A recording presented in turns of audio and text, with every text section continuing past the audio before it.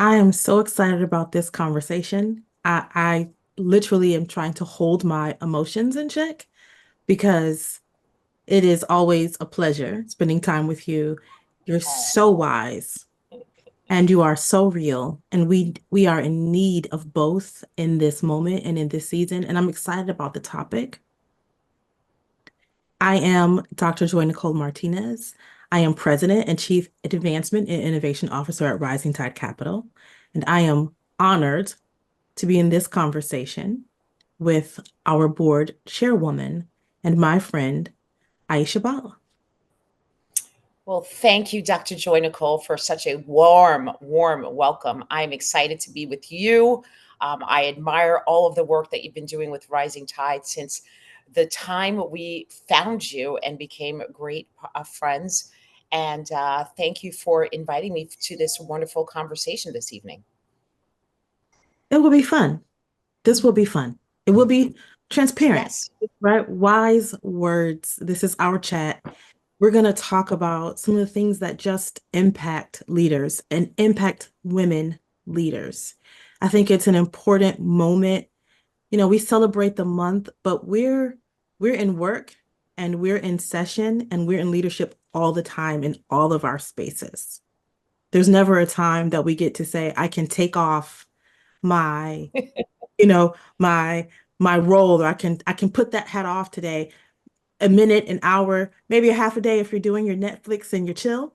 But we are who we are, and we need to be well to move and breathe and be in all those spaces Yes. And we wear so many hats all the time. all the time. The ball cap, the top hat, the beret, you know, the felt, Yes. all the hats. So let's talk about what it feels like to be well. I read recently that 2022, the Global Wellness Institute reported that the economy for wellness was at $5.6 trillion dollars with a T. People are spending trillions of dollars just trying to take care of their beauty, their nutrition, their weight, their health, like $5,000 and more per individual, right? That's in the United States alone. So it's one of those things where we're thinking with all of that spending, over $600 billion collectively, why are we not seeing for women us feeling healthier? Why are our communities not producing more well people? We're spending the dollars, we're making the investment. Why do you feel like we're not getting the return? What could be happening? Yeah, that's a great question. I think there are definitely a couple of themes that I've noticed, me personally, and just in society. Number one is the lack of consistency, and I think the lack of consistency is what really drives the wellness. People start something, and unfortunately, they don't stick with it, or they don't stick with the schedule. Life gets in the way. I mean, it's the honest truth, right? A lot of us have families to tend to, whether it's children, husbands, significant others. We're taking care of potentially some elderly parents or others. So life gets in the way of maintaining that level of consistency. People mean well when they start their journey on wellness, whether it has to do with beauty, eating well, going to the gym, exercising, or just being mindful, taking moments of break, meditation. But life tends to get in the way, and those other duties take precedence over the self care. And for women, historically, especially for Black women, we have the world on our shoulders. So we have even more responsibility than a lot of the majority others that we see, our counterparts. And we take everything on. We have a hard time saying no sometimes. And I think that's also, a major issue. So it's the lack of time, also flexible schedules. We're juggling not only careers, but family and other obligations that kind of come into the mix that make it hard for us to take a step back and really take care of ourselves. The other thing is accountability. At times, we don't have people around us that hold us accountable to maintaining a wellness regime, whether it's a coach, a support system, friends, family. And I think that that's a major point of contention where you must have accountability when you start off on this journey, someone that holds you accountable to making sure that you're reaching those wellness goals, and people that are willing to see you through, right? The other thing is, oftentimes I fall into this category, is I'm wanting to see results right away, right? So when you're on a wellness regime, whether you're trying to lose weight or you're dieting or what have you, like you expect immediate results, and those results really don't come that easy. So that's also the issue, is making sure that in your mind, you know that this is a long journey. It's a lifelong journey, and therefore you can't rush the process. And looking for immediate results while dieting or taking care of your mental health or what have you is not necessarily realistic. And I Mhm. think that's one of the issues. And now a lot of people are turning to medications like Ozempic and Wegovy and all the other generic brands that are out there, because they see that. And although it is a healthy way to lose weight for some people, some are using those methods for the quick get fixed um, outcome, without knowing the potential consequences of those kinds of medication. And folks feel disheartened, not supported by the community, in trying to achieve these lifelong journey, because getting to a place of wellness is not something that you can do for 3 4 months. It has to become something that becomes a lifestyle change. And also, the thing is, people follow trends, right? One minute it's this diet fad, one minute it's another diet fad, or, some other wellness regime. And people just jump on the bandwagon of what they think is cool, fresh, new at the time, without taking the step back to realize, is this right for you or for them? So, those are the reasons why I think, we're not really seeing the return on the investment, because when you think of the number, $5.6 trillion worldwide. That's astronomical. And 630 billion just in the United States. That's a very large number, not to see what I call a return on that investment.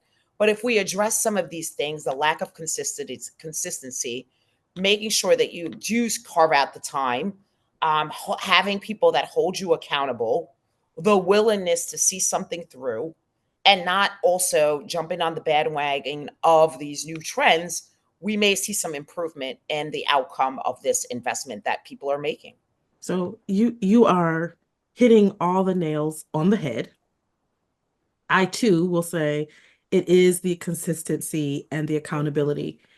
In medicine, we want our patients to do exactly what we say, right? Exactly when we say it. And one of the reasons why it's difficult to see change in that industry is because the person has to have their own personal commitment to, we Mhm. can diagnose, we can say this is what's wrong, we can say here's how you fix it.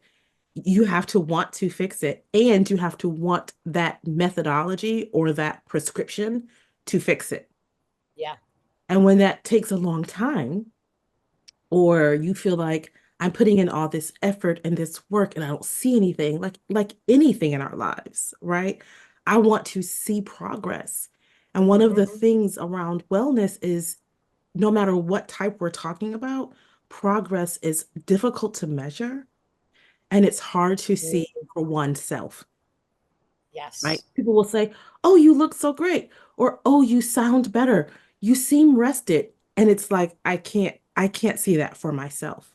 Mhm. And then we're not taught to take that information in from others and hold it and then embrace it as a compliment. So it's a challenge, right? It's a challenge. I can't give myself the move in and I can't pull from others the lift up. So I do need that board, right? That board of directors that sits in front of me, that intimate circle that's like, no, you're doing it, you got it, and keep going. Yes, you're Yeah. doing well and keep going. You're making it and keep going. And I saw you fall off that wagon. You said you were going to be mindful for 10 minutes and did you do it? Right? And I'm Mhm. grateful for Rising Tide because we're committed to those kind of things, right? So starting a meeting and saying before we start, do you need a minute? Right? Let's start and let's take just 2 minutes to check in. We're Mhm. committed to that. And it makes being at work a reminder that I can be well at home and at work. Yes.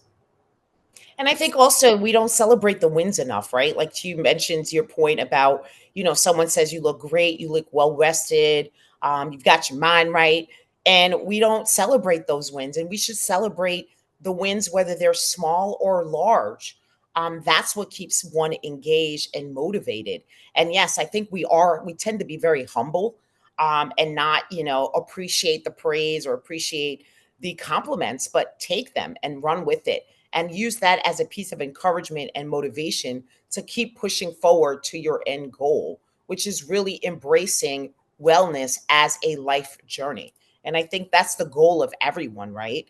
Is people want to start a wellness program, but like I mentioned before, it's not something that you do for 2 to 3 months. It's something that you incorporate in a lifestyle change. That's when you really truly see results. That's when you see results. I Hmm. mean, we're both in leadership positions, right? We see women making strides. We see it. I will say not enough, not as frequently as I would like, but we see women rising. And I still hear the struggle, right? The struggle of I'm working at work. I'm holding this, I'm wearing the hat, and I'm still struggling to take care of me. Yeah. Right? I'm taking It's care of all the things. I'm not taking care of me. And I'll be very honest. I'm always the last person on my list, right? I'm like, mom first. Okay, everybody has to have food. Does everyone even have on shoes today? Like, there's the list. And then yeah. somewhere in that list, there's the me.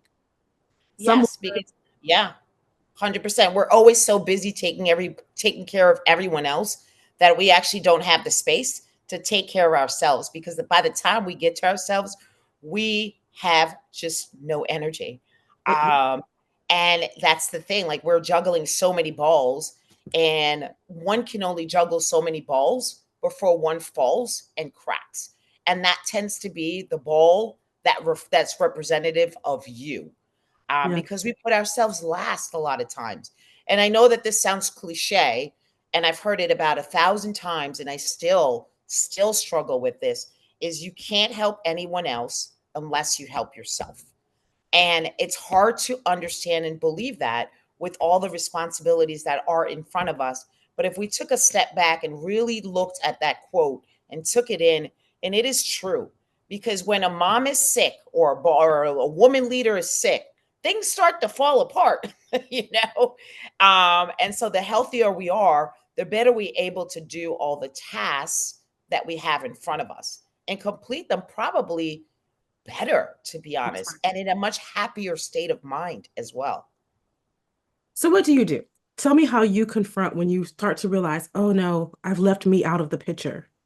Is there a ritual? Is how do you get back to no, no, no, Aicha, get yourself together? Yeah, I start to set boundaries. I start to tell people, like, and start to delegate, especially when it comes to work.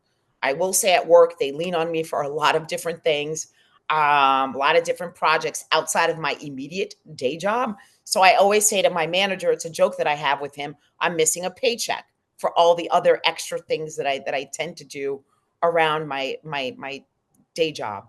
What I end up doing now, and I still struggle with this, is trying to take a step back, assessing what is a priority, and then delegating things off my plate that I don't need to have full oversight or responsibility over. And that is a struggle for someone like me, where I tend to be a little bit of a control freak, because I Mm, want to know, like, is the project moving along? Are we hitting all of our goals towards the project? And sometimes you have to just let other people take over, and yes. also trust that your colleagues want to do good work and Mhm. want to be successful as well. So there's a trust that needs to be instilled. But truthfully, for me, it's just taking a step back, reflecting, and taking the time I need. I'm a big proponent of take the vacation. You can't take it with you. If you leave the company, some companies don't pay you for the vacation that you haven't used. And honestly, the difference in pay between you and your coworker that uses every single vacation and you use none, it at the end of the day, it really doesn't make that much of a difference, right? Especially if you're not healthy and you're not in a right frame of mind. So I take my vacations, definitely 100%. And if I need a day here and there, I'll take it and just kind of put my work to the side. I won't look at my work email. I won't look at my work text. It's a me day. Mhm. And things are not that urgent that things can get done either the following day or another colleague can potentially pick it up. You made such a valid point. It's the trust, right? Mhm. Leaders, when we have fought and clawed and worked our way to the top, having that trust that I can walk away and this will continue and it will continue at the same level of excellence, right? Because there is that sense of, because this is my layer, because Mhm. I'm represented in the world this way, I'm obligated to, when I'm in a winning state, my winning can't be normal. My winning has to be Right. extraordinary. Um, Mhm. one of our partners leads an organization and it's killing Superwoman. And I think about that often, like, is that what we've told ourselves we must be? We must be Superwoman. And the way we Yes. take power back in truth is to say, I don't need to be Superwoman. I need to be woman, right? I need to be exactly who I am. But the Yes. obligation to be supernatural or super really comes from a place of privilege and power that's positioned on me and not that's given from me. And I think Yes. I'm really working myself to say, what are my expectations? And so when I hear people say things like, I can't take vacation, right? It's why not? What is it Mhm. that's happening at home or work or in your emotions right here that makes you feel like you can't trust the work to continue for even a short season so you can let go and then create space for continued creativity so you have energy to come back and do the work at the level you expect of yourself, right? It's a 100%. cycle. It really is a cycle. And I think early on, especially minority women, Black women, people of color, we are taught that we always have to be at the top of our game, Mhm. right? And that's part of the superwoman syndrome and the imposter syndrome also. But the That's right. superwoman syndrome, since you touched on that, I will address that because a lot of times we need to be better than our counterparts. And in order to be better, we have to outwork them, outpace them, and like you said, not take the vacation. So we give the impression, and it's called a hustle culture. And Mhm. I fell into the hustle culture early on in my career. And basically, what that means is you need to rise, grind, no day offs. It is a mind frame that you have to prioritize work at no matter the costs to either get that promotion or be made visible in a corporate space or a leadership space. And we have to move away from that.